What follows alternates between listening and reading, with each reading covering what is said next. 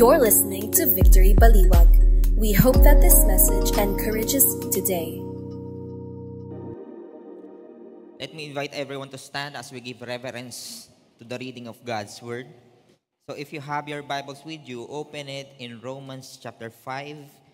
We'll be reading from verse 1 to 11. And if you will be using the Bible na nandiyan po sa upuan ninyo, I think it's on page 549.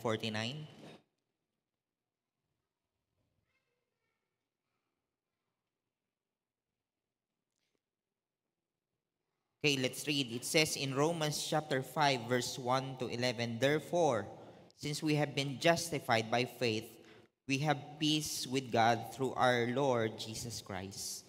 Through Him, we have also obtained access by faith into this grace in which we stand, and we rejoice in hope of the glory of God. Not only that, but we rejoice in our sufferings, knowing that suffering produces endurance, and endurance produces character, and character produces hope.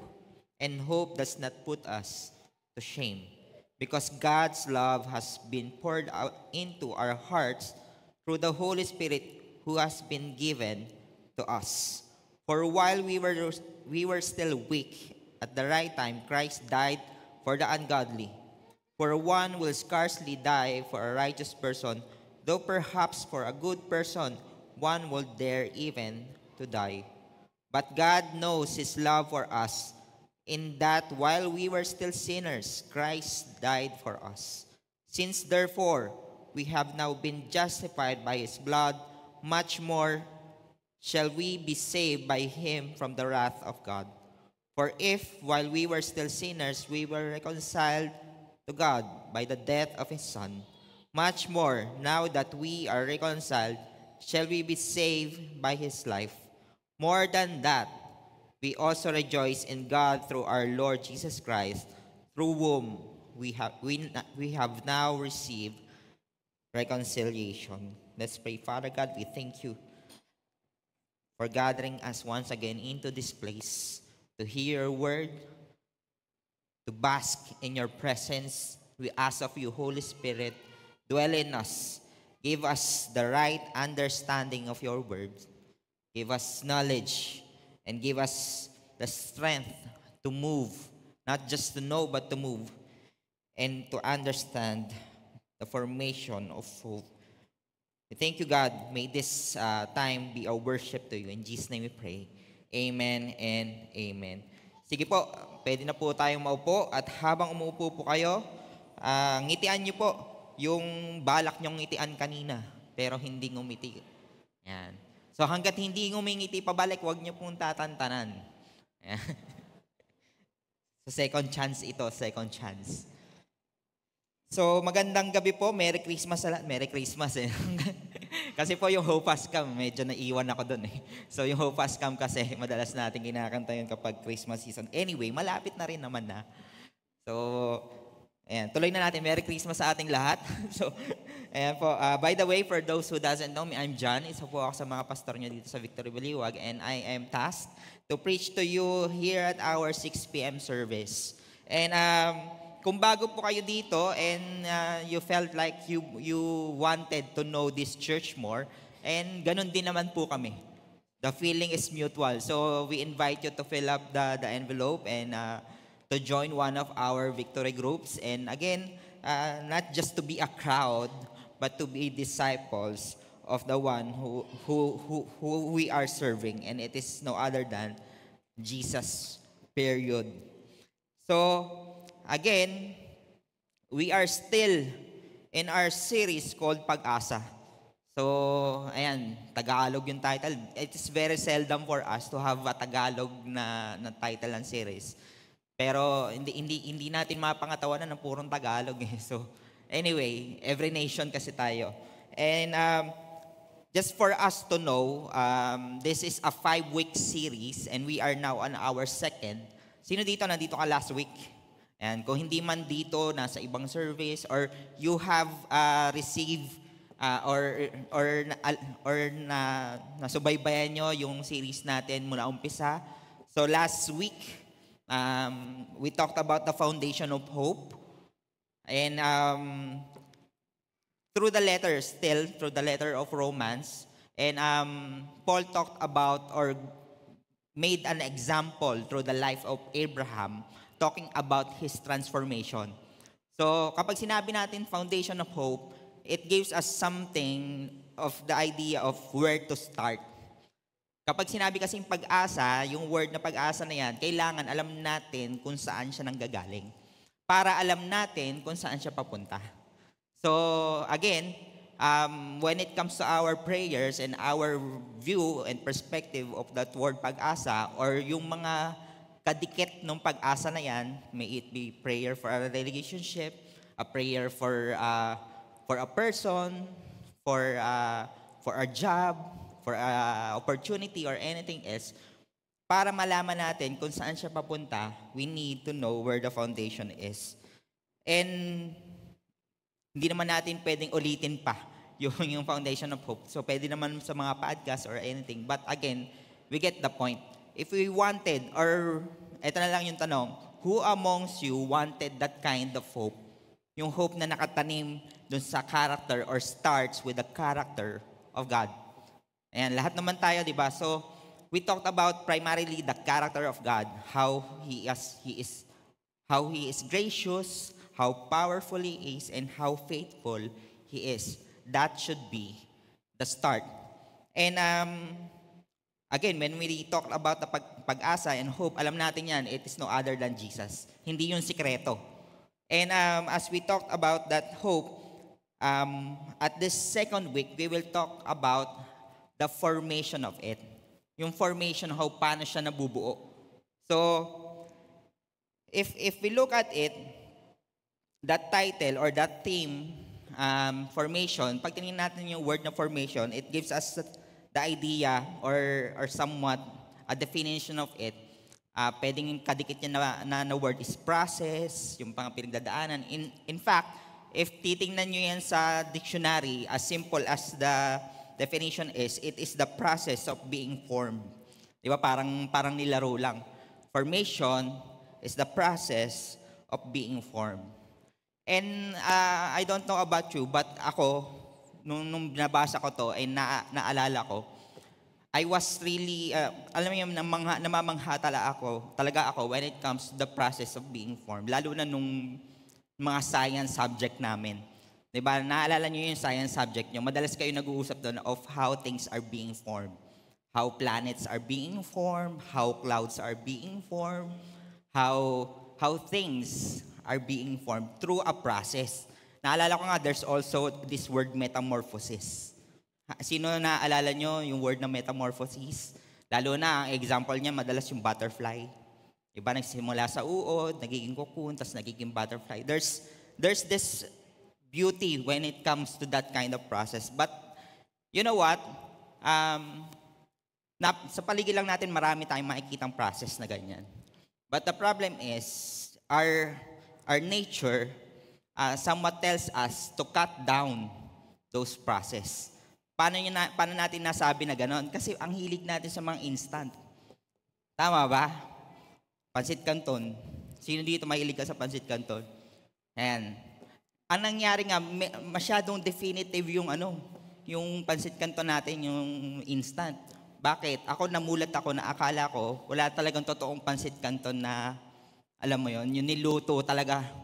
Ayun yung akala ko. Kaya kapag merong pumunta ako dati sa isang restaurant, pag napunta ako sa isang restaurant, pag may nakita ako sa menu na Pansit Canton, grabe nagsaserve sila dito nito. Hindi ba ano lang to? Sa bahay lang ito pag wala kang choice. And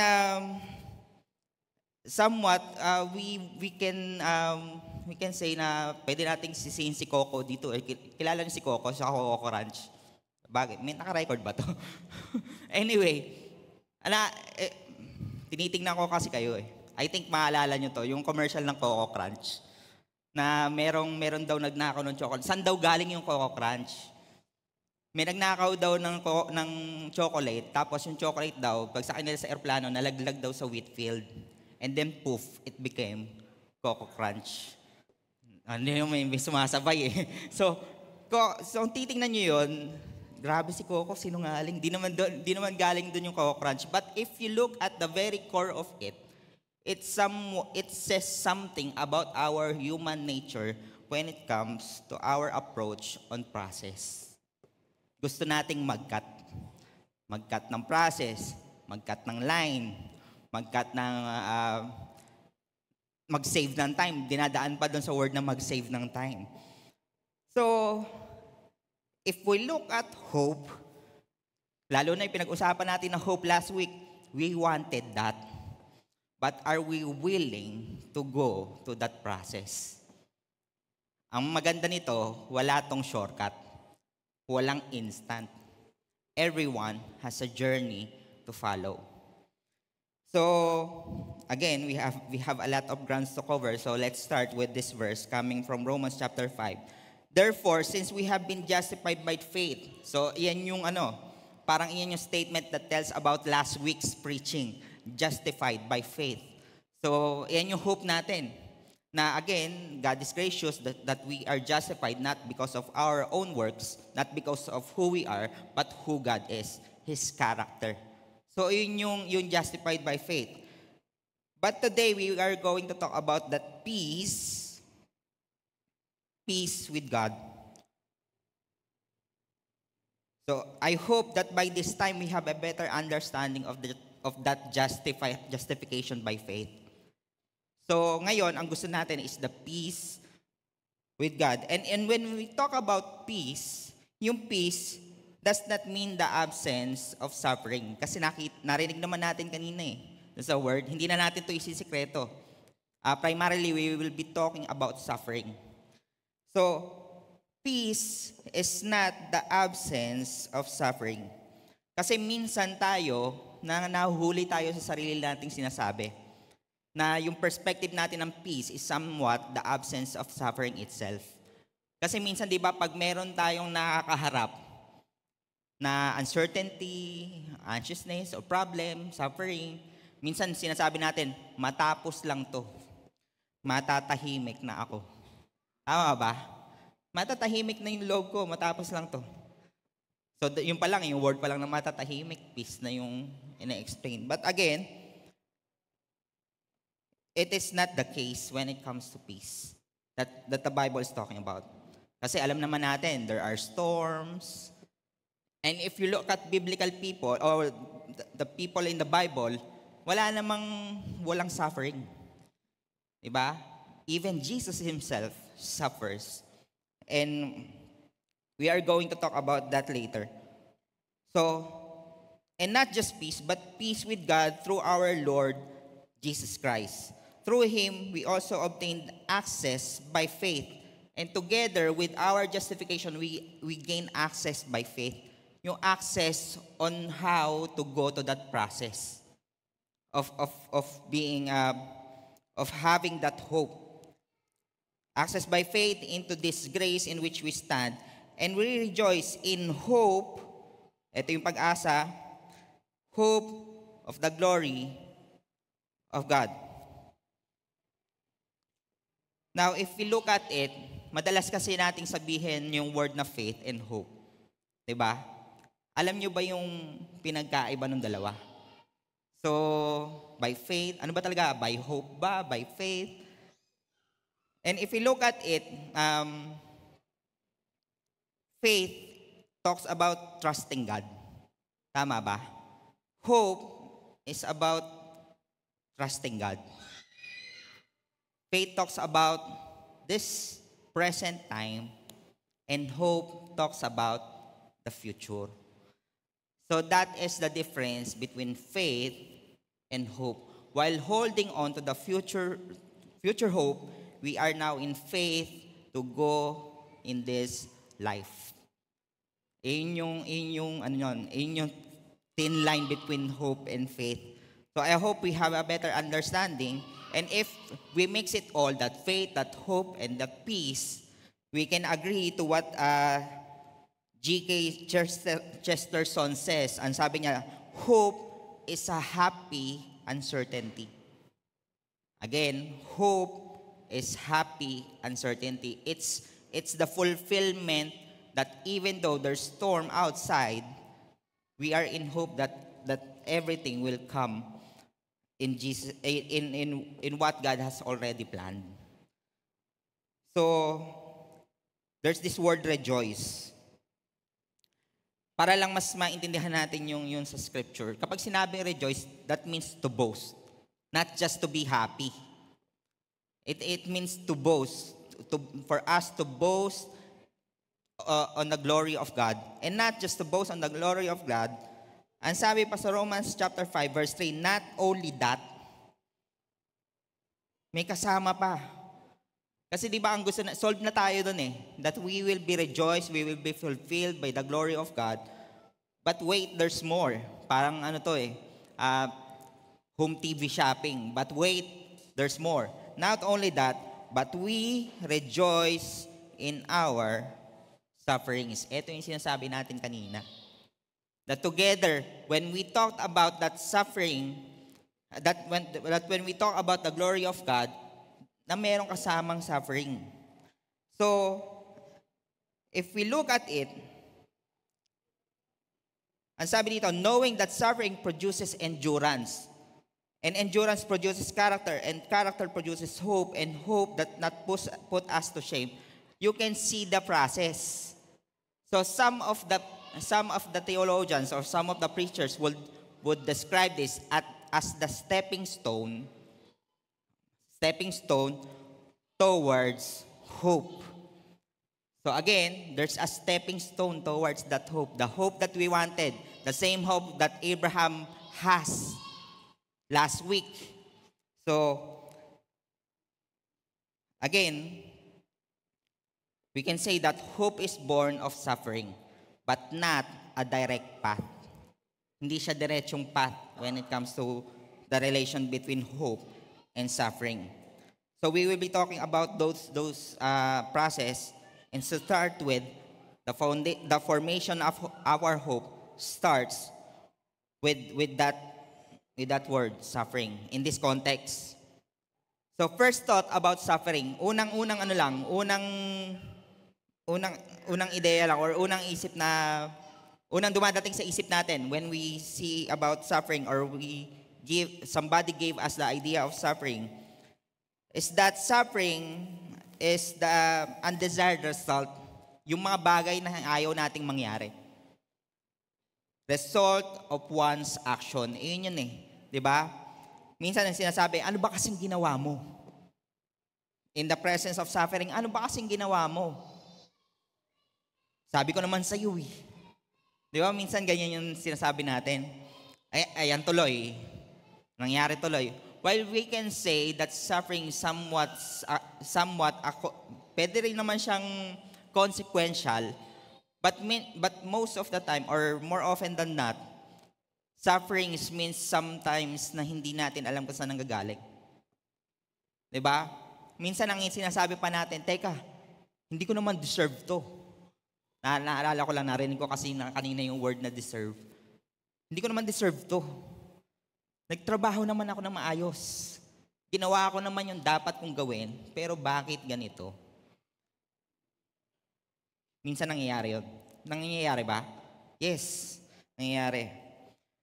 So we can agree that the worldview or how the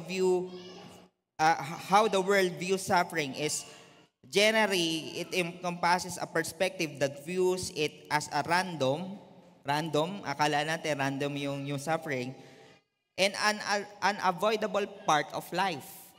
Hindi daw siya may iwasan. Often without a deeper meaning or purpose. That is how the world defines suffering. Para siyang para siyang roll ng dice. Kumbaga, chance lang. But the truth about suffering, we can see that truth in the Bible about suffering.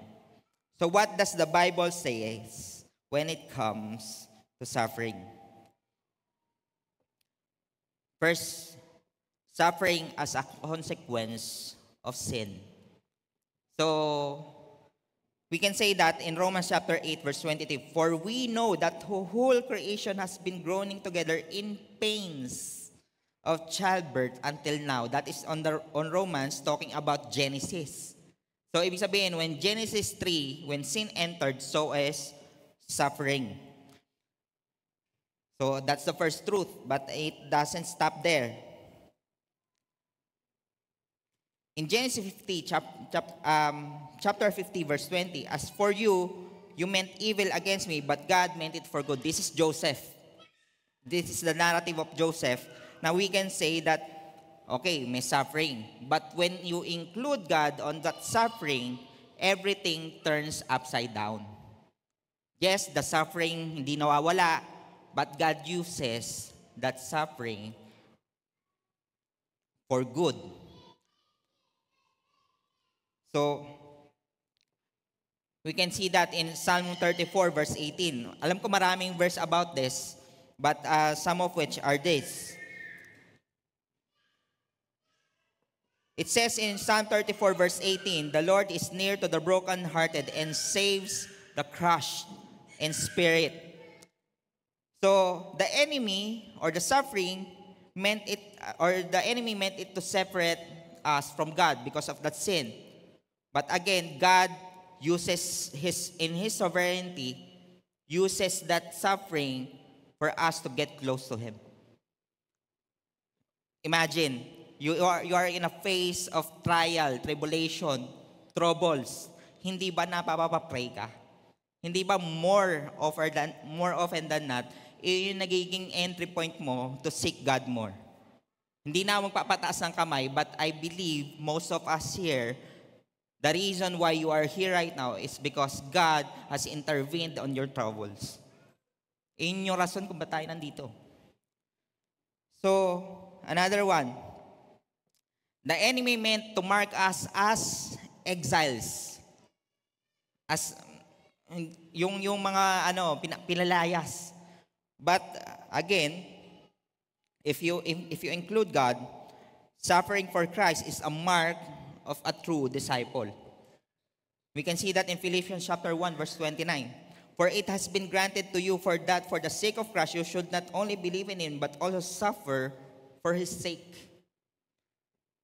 So, if again, engage in the same conflict that you saw I had now and here that I still have,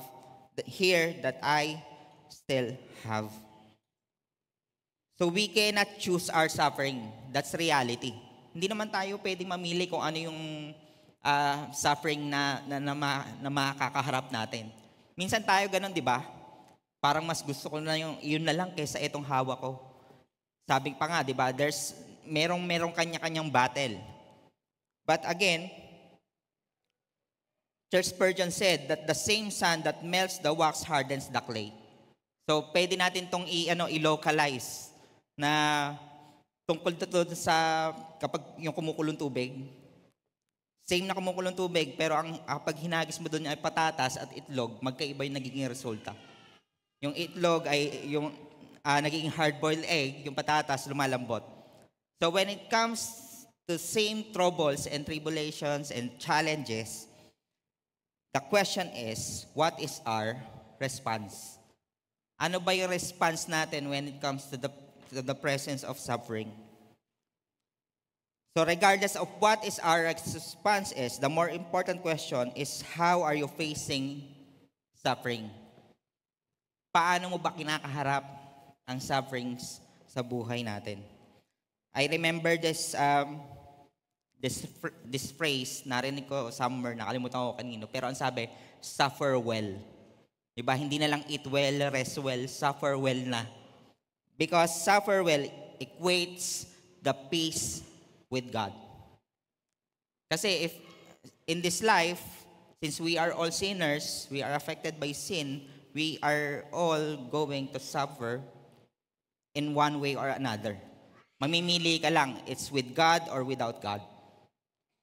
So, we look at suffering as testing and trials.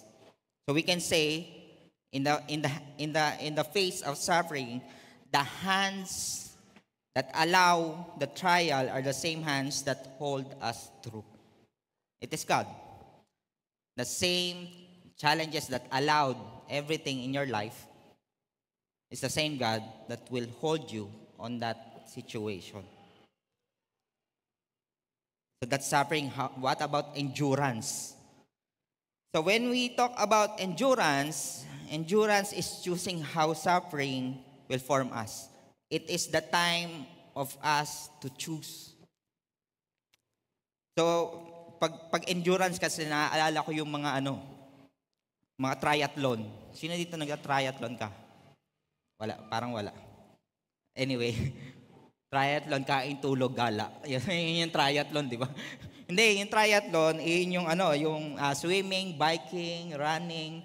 Meron pang ibang mas matinding version, yung Ironman. Tama ba? Naalala ko sinearch ko to, yung swimming daw kapag yung Ironman triathlon, 3.8 kilometers swimming. Pambira, 10 metro nga, di ko kaya. Di ba? Pag talon mo, lunod ka agad. Anyway, yung biking, 180 kilometers. Yung running, 42.2 kilometers. Di ba? Nakakabilib. But when it comes to endurance, listen to this, the reality is, we admire the endurance, but we don't want it. Hindi natin gusto. Di ba? Hanga-hanga tayo sa mga triathlete. Yung mga nag-undergo triathlon, pero tayo, pag tinanong tayo, gusto mo ba yon? Ayaw mo. Ayaw natin. So, when it comes to endurance, I remember this quote. Hindi ko alam kung verbatim to, pero si Einstein, alam mo na may mga tropa natin, and Einstein. Sabi ni Einstein, put your hand on the hot stove for a minute, and it seems like an hour. Sit with a pretty girl for an hour, and it seems like a minute. That's relativity. So we can say that endurance, the way we choose to undergo endurance, is relative of the goal, or kung ano yung ino-offer after that endurance. Tama ba? So, if you look at it, di ba minsan, nakikita namin, kaming nandito sa harap. Minsan alam niyo yun, yung nasisimula pa lang yung sermon, may natutulog na. Talking about endurance, no? Natutulog. So kung nagising ka, pasensya na, instaur po itulog nyo. Pero if you look at it, example lang naman to, tulog na kayo ulit. Mahal ni Lord ang mga natutulog. Regalo ni Lord yan. Anyway, if you are excited when it comes to hearing God's word, pero again, nilalaban natin yung sinful nature natin. Ang tendency natin when it comes to the word of God is to reject it. That's why we need to know the end point when it comes to hearing the word of God. When the end point, the future hope when it comes to reading and knowing God more. Kahit nga mag-isa ka lang, di ba, na inaantok ka na kapag nagbabasa ka ng Bible. Anyway, you know what, if you look at that scripture, that endurance, pag tinignan nyo yung original form ng word na yon, it also means steadfast. Kapag sinabi kasing endurance, ibig sabihin, on the other hand, ayaw mo nun. Kaya mo siya ini-endure. If we look at the original form, it is steadfast. You know what steadfast is? Another steadfast when it comes to Bible, it is the love of God. So who is on the other end? It's us. So tayo yung ayaw. Kung tayo yung magiging perspective ni God, which buti na lang hindi, malamang aayawan din natin yung mga sarili natin. I-endure lang rin natin. But you know, we are not God. But if we look at the truth in the Bible, what endurance is on the Bible, is endurance builds spiritual maturity. Sabi sa James chapter 1, verse 2, ng NASB 95 version, consider it all joy, my brethren, when you encounter various trials, knowing that the testing of your faith produces what? Endurance. Kaya minsan tayo, we felt like hindi natin kayang i-carry lahat ng burden on the present time. Kasi anong nangyari, we are not yet that spiritually mature when it comes to our faith. And again, let endurance have its perfect result. When it comes to endurance, madalas na naisip natin yung gym. Diba? Pag nag-gym tayo kayo. Kapag nag-gym kayo, and diba, anong nangyari, nabibuild yung muscle nyo over time. By the way, endurance, if you look at, again, the context of it on the Bible, it means strength over time. Hindi instant. Strength over time. So it starts small and then eventually it matures, it grows. That is why I believe yung entry point mo na problema mo kaya ka nasa church ngayon, pag titingnan mo ngayon, if you have spent quite some time knowing God, having this faith, pag tiningnan mo ngayon, grabe, ang liit lang, yun lang pala yun. Yun lang pala yung problema ko at that time. So, endurance, again, builds spiritual maturity. And another truth when it comes to the biblical endurance is endurance has its reward. Kung yung gym, pag nag-endure ka doon, may reward, di ba? Makakain ka ng madami, yun pala yung reward no? Hindi, yung form ng katawan mo or kung ano man yung gusto mo, endurance in this faith or in this hope also has its reward. Ang sabi sa James chapter 1 verse 12, blessed is the man who perseveres under trial, for once he has been approved, he will receive the crown of life which the Lord has promised to those who love Him. There's a reward in addition to that salvation. Baka akala natin salvation yung reward. Hindi. The salvation is given to us as a gift. But when we endure, there's a reward. And another thing, this is just some of the truth. Endurance builds spiritual maturity. It has its reward. God enables us to endure. Minsan kasi ang iniisip natin, teka, saan pa namin kukunin yung lakas? But if we look at it on Isaiah chapter 40 verse 31, yet those who wait to the Lord will gain new strength. Those who endure will gain new strength. So we can say that endurance isn't just about how long you can hold. It's about knowing why you are holding on. It's knowing why. When your heart is anchored in God's purpose, every burden feels lighter. So, yun yung tanong doon, Lord, bakit ang bigat? You ask me.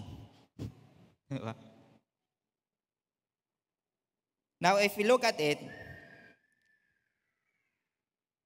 by the way, suffering, pag tinignan natin yung suffering, it means pressure. Yun yung context doon Pag tinignan nyo doon sa Bible, you look at the original language, suffering is not just mere discomfort, but pressure. Hindi yung mga masasama na nangyayari, but rather pressure. And in addition, suffering and endurance means pressure being strengthened, or strength over time because of pressure. We are being strengthened over time. So, the question is, kaya ba natin lahat ng pressure sa buhay? Actually, hindi. Alam naman natin yan, hindi. Kaya nga natin kailangan si Lord. But what happens when life gives you overwhelming pressure? What happens? Do you snap? Or do you still go back to God? Now, if we look at Romans and in relation to 2 Corinthians, mas naunang isulat yung 2 Corinthians. So si Paul, the author of Romans, ibig sabihin, this is not just mere theory, but rather this na-experience niya. So in his mas maaga or earlier letter, ang sabi niya sa 2 Corinthians chapter 1, verse 8, for we do not want you to be unaware, brothers, of the suffering, the affliction we experience in Asia. For we were so utterly burdened beyond our strength. Yan yun, yung hindi nila kaya. Yan yung part na question natin, paano pag hindi natin kaya? That we despaired of life itself.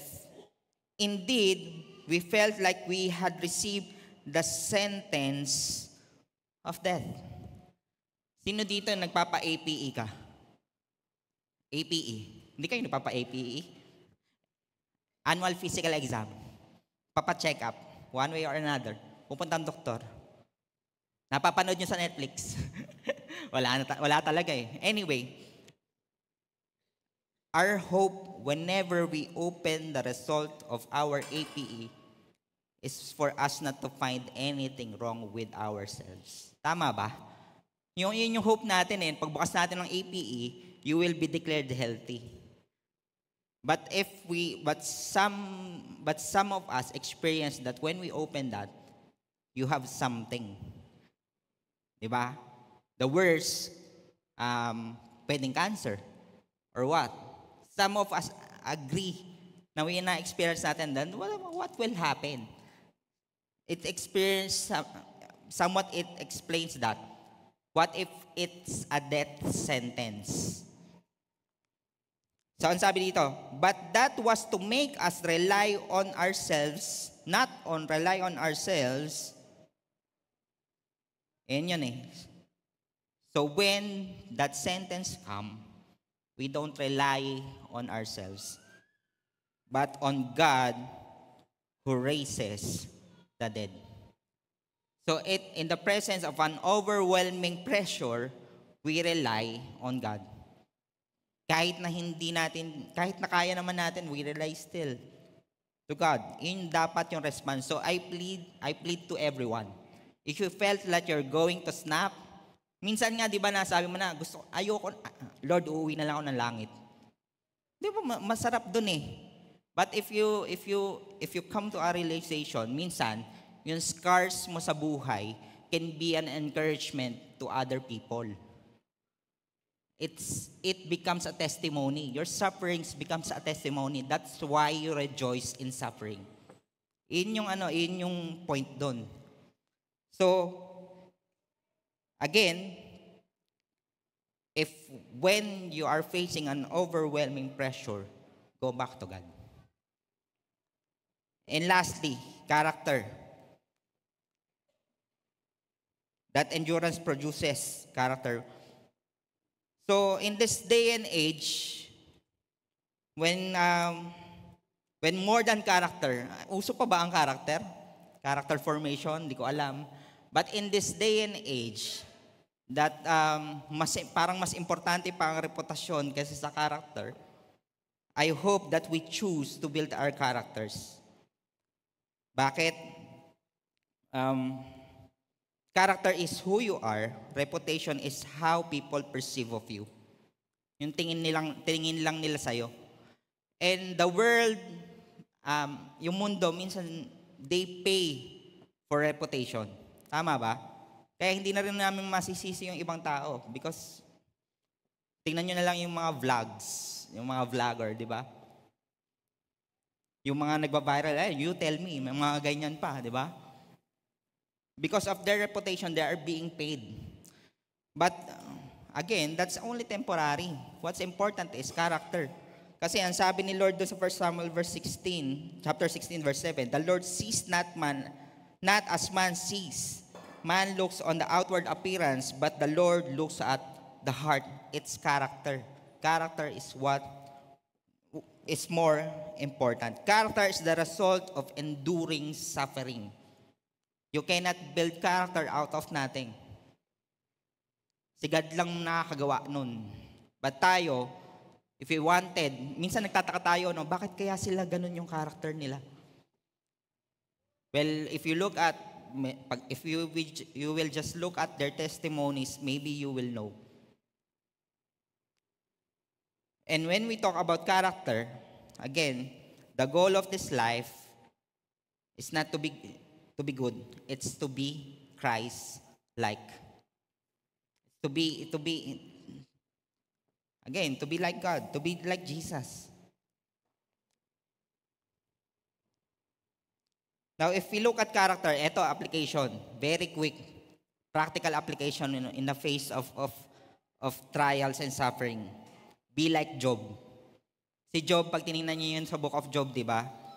He was faced with suffering na malamang sa malamang hindi mo pipiliin. So, even his name, ang ibig sabihin ng Job is the persecuted one. Ikaw ba naman, mapangalanan ka, persecuted one? So, what Job did, practical application, number 1, Job did not blame God. In the presence of suffering, in this process of formation of hope of his character, he did not blame God. In Job chapter 1 verse 21, and he said, "Naked I came from my mother's womb, and naked I shall return. The Lord gave, and the Lord has taken away. Blessed be the name of the Lord." In all this, Job did not sin or charge God with wrong. Next, did not blame God. He did not listen to his lame friends. Hindi siya nakinig doon sa mga kaibigan niyang mali yung theology. So, ang sabi, Job chapter 1 verse 4, "As for you, you whitewash with lies, worthless physicians are you all.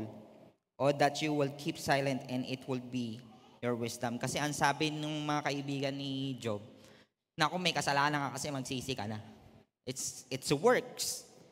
Yes, we repent because we sin, but if we acknowledge the finished work of Christ, repentance becomes a lifestyle. Then in the presence of suffering, hindi natin nahanapin kung ano bang nagawa natin. Rather, hanapin natin yung nagawa natin. We will look at where God is leading us. Saan tayo papunta?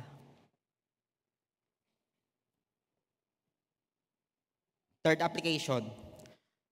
Job acknowledged that man is limited in understanding. Di ba minsan tayo kapag in the presence of suffering, hinahanap pa natin? Parang ino-audit trail natin yan eh. Bakit ba nangyayari to? Ano ba yung mga nagawa ko? Audit trail. Minsan, para siyang internet history, hanapin mo kung saan ka nang galing, anong ginawa mo, ano ba dapat yung, which is which, ano ba yung dapat sa hindi dapat sa dapat, or anything. But again, we have to acknowledge that sometimes God just allows things. And we cannot limit an unlimited God with our limited mind. So, ang sabi dito, Job chapter 28, verse 28, "And he said to man, Behold, the fear of the Lord, that is wisdom, and to turn away from evil is understanding." Last to the application. Job learned that you can't control the uncontrollable. Umamin tayo't hindi, we people are control freak. Gusto natin lahat kontrolado natin. Diba? Gusto natin, ganito, tama para sa atin yun. But if we look at Job chapter 38, verse 4, this is God saying, "Where were you when I laid the foundation of the earth? Tell me if you have understanding." It's Job being exposed to the truth that he can control everything. So as we come to an end, is it wrong to ask why? Mali ba na itanungin si Lord kung bakit? Kasi minsan, baka akala natin, dahil sa mga pinagdaanan natin ngayon, dapat alam na natin lahat. And dahil nga si Job, hindi na siya, in-acknowledge niya na hindi niya naintindihan lahat, at hindi niya nakokontrol lahat, dapat ba hindi na magtanong? So, if we look at the character of Job, Job does not accuse God sinfully. Hindi niya inaccuse si Lord. Yet, he wrestles honestly. So, if you honestly wrestles with your question to God, it's okay. He asks why, not as a rebellion, but from a place of confused faith. It's seeking. It's knowing. Seeking answers from God, he still believes in. So in Romans chapter 5 verse 5, "And hope does not put us to shame." After all of those, what's on the other hand, it's hope. Hope at the beginning, hope at the end. And that hope is the hope that does not put put us to shame. So with that, let me just invite everyone to stand as we come to a time of worship. So we hold on to that hope that doesn't fail. Alam niyo yung medyo mahirap kasi kapag yung suffering, pilit nating iniintindi lahat, kinokontrol natin lahat. Once na nag-succeed ka, alam mo yun, sumakses ka, ano ang mangyayari? You will acknowledge it. But once you fail, you look at someone to blame. And then it will all crumble down. But if we hold on to that hope that never fails, that never put us to shame, we will ask why, but we will never let go. So with that thought, let us just worship God. As we come to an attitude of prayer, let us worship God.